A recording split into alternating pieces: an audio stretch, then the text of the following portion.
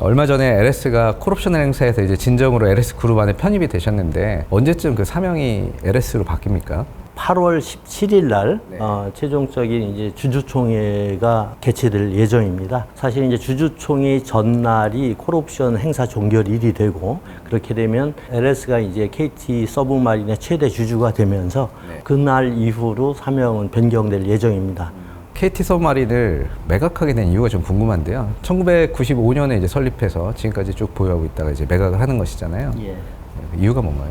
사실 이제 KT는 1995년에 KT 서브마린을 설립한 이유는 그 당시에 이제 해저 케이블의 어떤 시공이라든가 유지보수 기술을 전부 일본에 사실 의존하고 있었습니다. 그때 이제 KT는 약간의 어떤 국영기업체로서 그거에 대한 기술 독립, 기술 자립 그런 측면이 상당히 강해서 그때 이제 설립해서 KT의 해저 케이블을 이제 설치하고 유지 보수하는 그런 이제 국민 기업의 임무를 이제 맡겼던 거죠.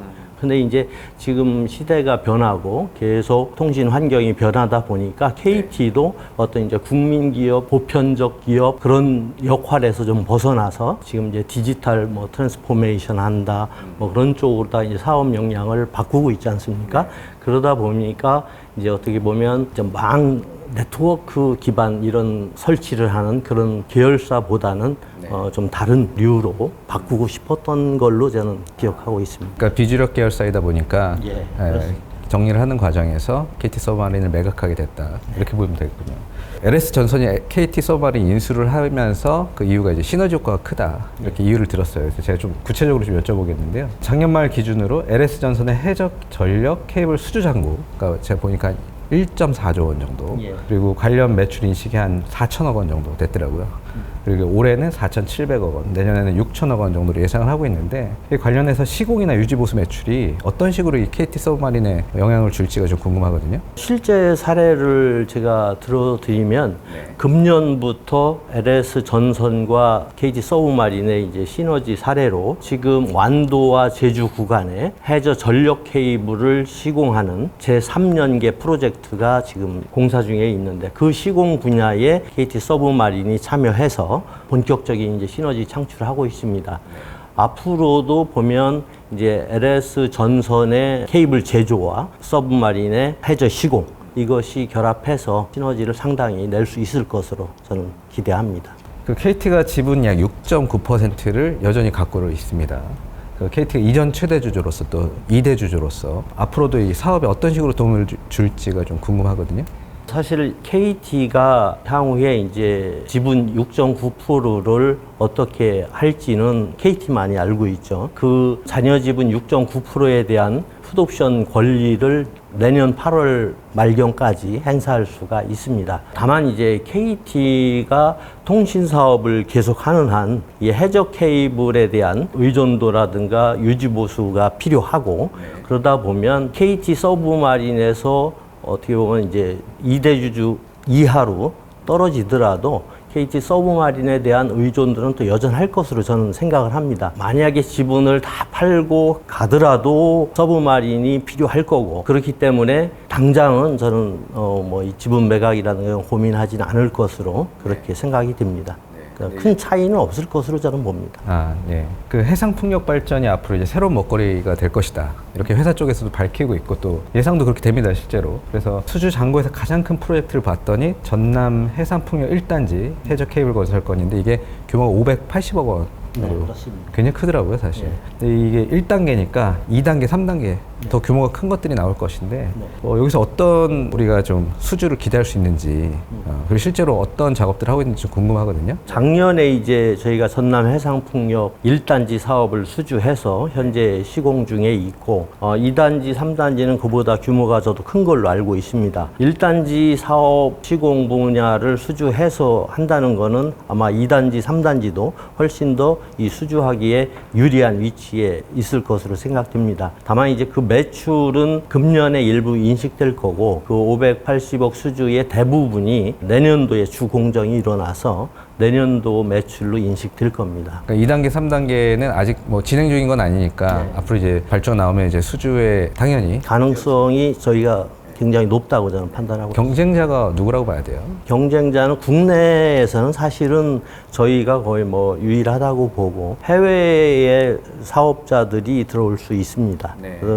그렇지만 이제 전남 해상풍력에서 저희가 또 LS 전선하고 잘 협조해서 했듯이 2단계, 3단계도 자신 있습니다. 그러니까 이제 해상 케이블이라는 게 케이블 만드는 회사, 그러니까 LS 전선 같은 회사들이 그걸 발주를 하는 것이잖아요. 그러면 이제 예를 들면 LS 전선이 수주를 하면 당연히 발주를 KT 서브마린 할 것 같은데 뭐 프리즈미안이라든지 뭐 외국계 회사들이 그것을 수주할 가능성은 없나요?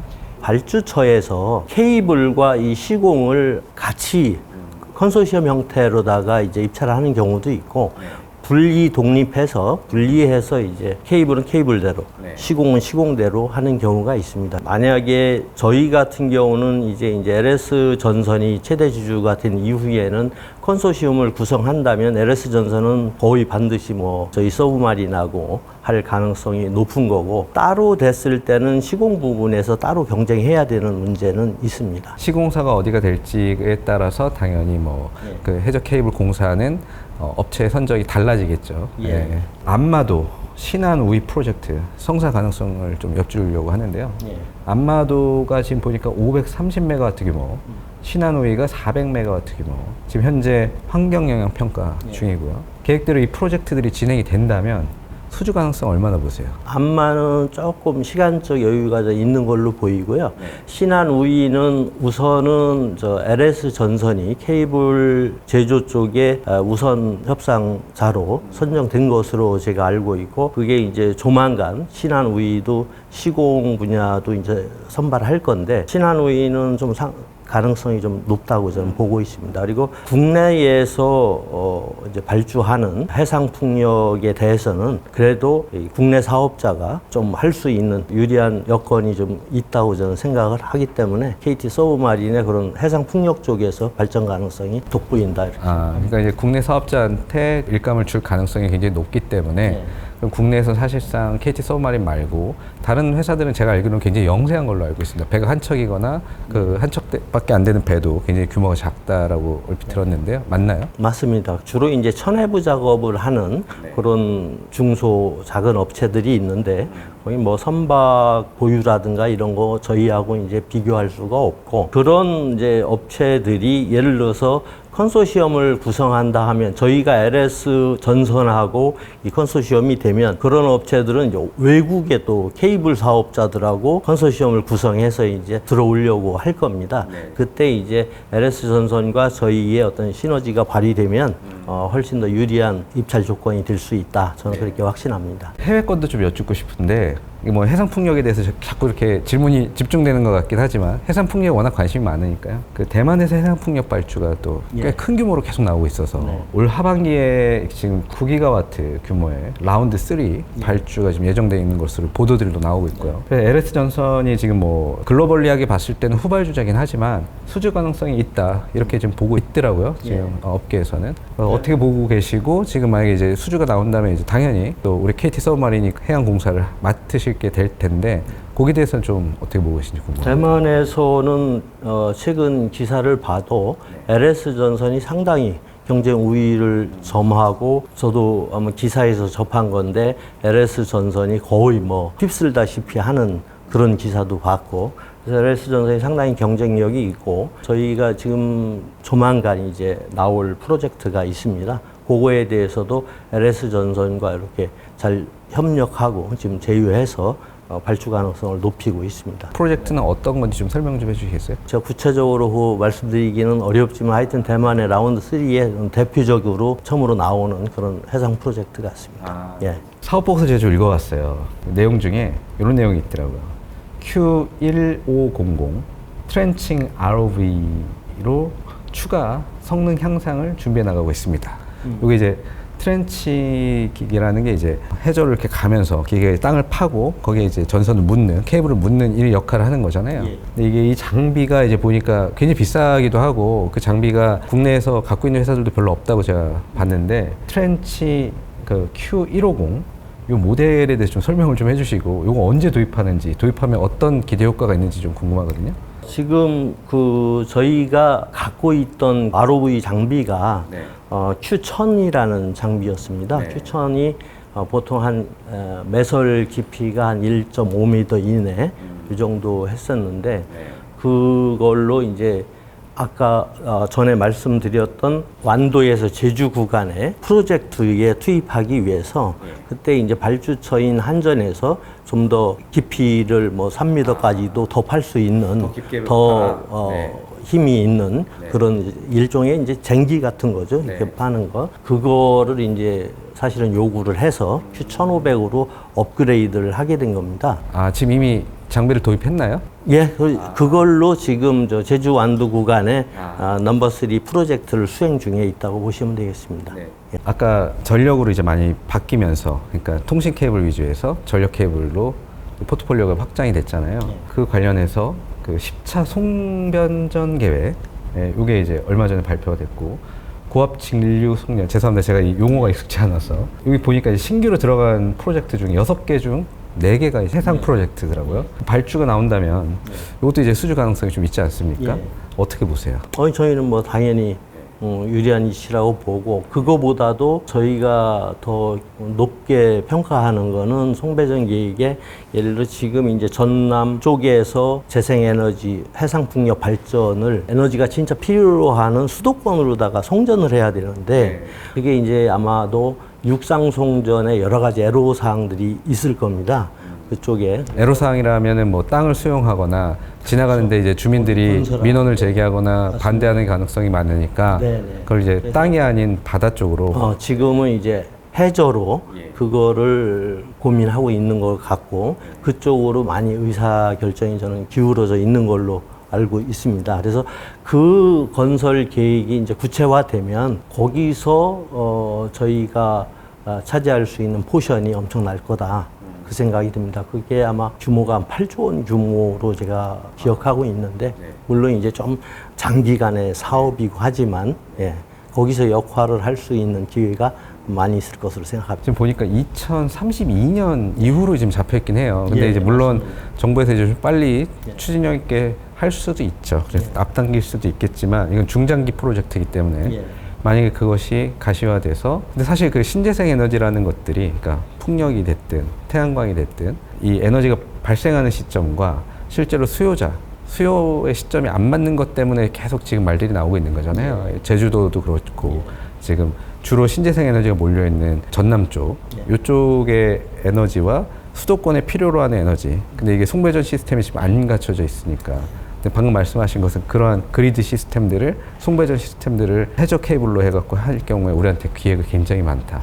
이 말씀이신 거고. 맞습니다. 8조 원이라는 규모에서 어느 정도까지 우리가 이제 수주를 할 수 있을지는 잘 모르겠지만 실정 말씀 좀 여쭤보고 싶은데요. 최근 3년간 영업 손실을 받고 최근 5년간으로 해도 4년간 손실을 받기 때문에 올해 실적은 뭐랄까 턴어라운드를 좀 기대할 수도 있나. 네, 확실히 기대할 수 있습니다. 사실 이제 최근 한 3년간 영업 적자를 봤는데요.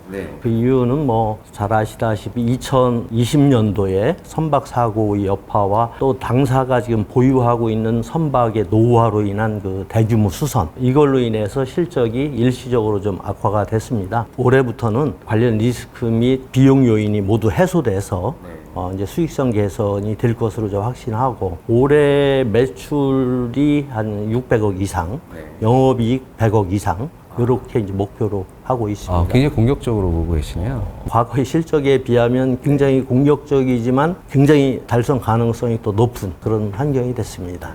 그게 이제 저는 LS 전선과의 시너지 그 효과의 일환으로 좀 생각하고 있습니다.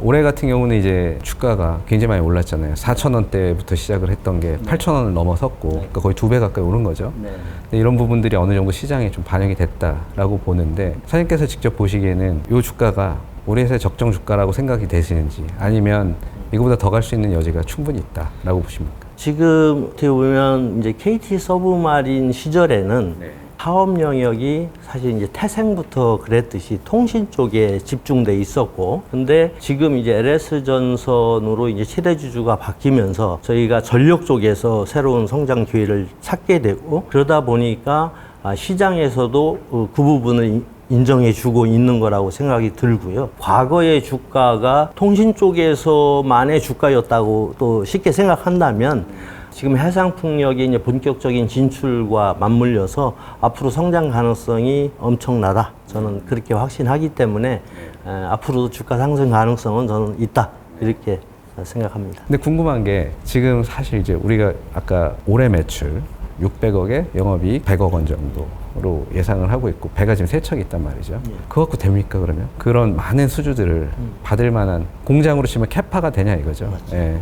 그래서 이제 국내 해상풍력 시장은 이제 개화되고 있는 거고 전남 해상풍력 시장을 해상풍력 그 프로젝트를 기회로 해서 이제 시작됐다고 보면 당사는 이 국내뿐만 아니라 대만 시장 중심으로 한 아시아 시장과 장기적으로는 미국과 유럽 시장도 계획하고 있습니다. 만약에 그거를 추진한다고 한다면 당연히 신규 선박이 필요한 거고 그래서 지금 이제 LS전선을 최대 주주로 변경되면 신규 선박 건조에 대해서도 의사결정을 해야 될 그런 타임입니다.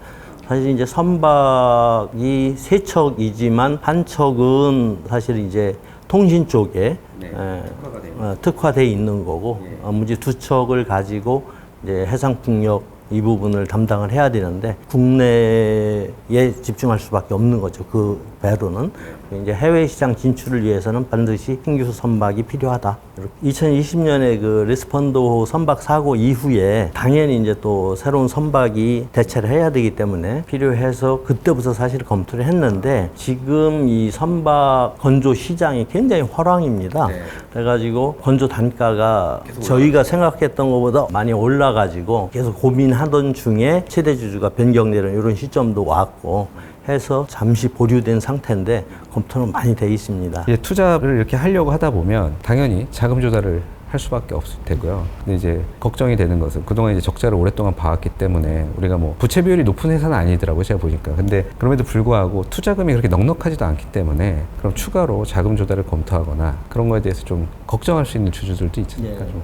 저는 이제 2가지로 말씀드릴 수 있는데 선박의 이제 신규 건조 이걸 생각하지 않는다고 하면 만약에 3개년 연속해서 영업 적자가 났는데 서브마린의 자금 사정이 좋지 않은 거 아니냐 이런 우려를 하시는 분도 계신 것 같아요. 근데 그 부분에 대해서는 뭐 자신 있게 말씀드릴 수 있는 건 재무 건전성은 굉장히 양호한 회사입니다. 사실 말씀해 주셨지만 부채 비율도 뭐 거의 10% 남짓하는 다른 기업과 좀 그런 게 이제 차별화되는 그런 부분이 있고 영업 적자로 인해서 추가 자금 조달이나 증자라든가 이런 거는 사실은 고민 안 하는데 이제 해외 유럽 시장이나 미국 시장이나 이런 해외 진출을 위해서는 반드시 이제 신규 선박에 대한 투자는 필요하고 만약에 신규 선박에 대한 투자가 결정되고 하면 그 자금 조달은 이제 필요할 것으로 좀 생각합니다. 자금 조달 부분은 증자나 이런 쪽은 아니고 론이나 뭐 다양한 방법이 있기 때문에 그런 쪽을 검토하고 계신다라고 이해하면 될 것 같아요. 만약 신규 선박을 건조하는 것으로 결정되면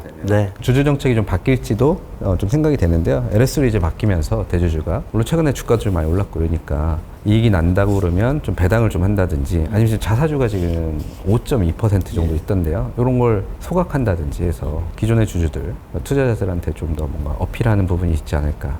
어떻게 좀 기대해도 됩니까? 최대 주주가 이제 LS전선으로 바뀌면서 주주님들께 어떻게 보면 새로운 보다 적극적인 배당 정책도 이제 드릴 수 있을 것 같습니다. 제가 볼 때. 올해 금년부터는 흑자로 확실하게 전환이 되고 또 LS그룹의 배당 성향 이런 거에도 또 영향을 받을 수 있기 때문에 그런 걸 고려해서 보다 적극적으로 주주님들께 이제 환원할 수 있는 그런 방법을 취하려고 하고 있습니다.